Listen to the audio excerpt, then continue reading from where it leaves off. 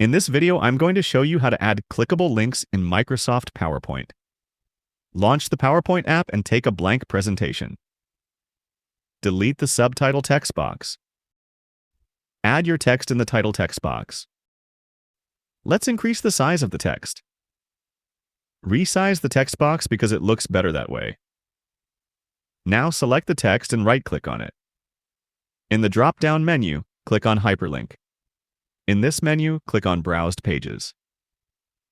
In the address bar, enter the address of the website you want to go to after clicking on it. You can either copy and paste the website address or write it down.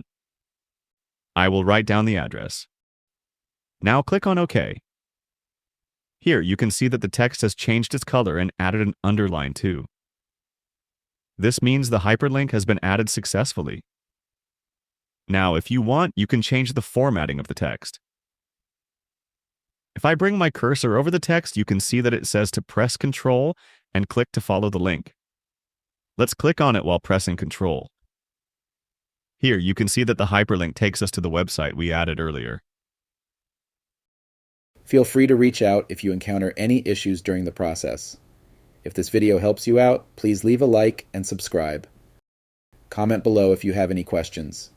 If you need further assistance, consider hiring a professional using the link in this video below.